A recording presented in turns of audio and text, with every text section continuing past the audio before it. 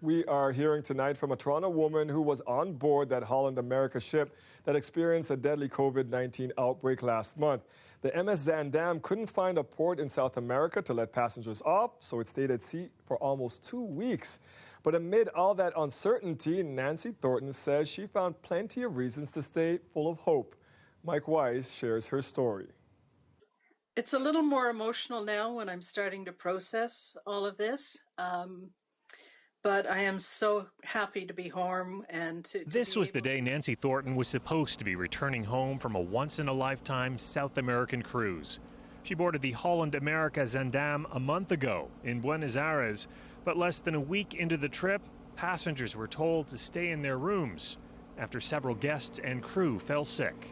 A quarter of the crew ended up ill on the Zaandam. So people were doing things that weren't part of their normal job description. The cruise line gave passengers internet access, which many, like Nancy, used to keep in touch with family and friends back home. With no ports willing to let the ship dock, the cruise line had to restock at sea using tender boats, later transferring healthy passengers like Thornton from the Zaandam to her sister ship, the Rotterdam.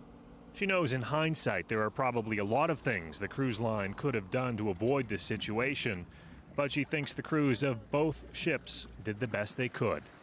They had to adjust almost hour from hour to how the circumstances were changing.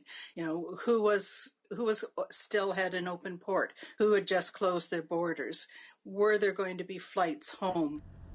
Eventually, both cruise ships were cleared to go through the Panama Canal in order to head back to Florida.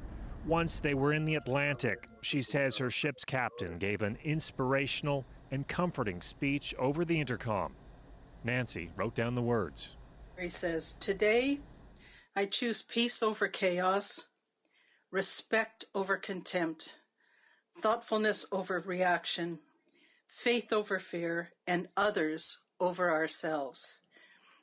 And that kind of brought us all together and said, you know, we're in this together.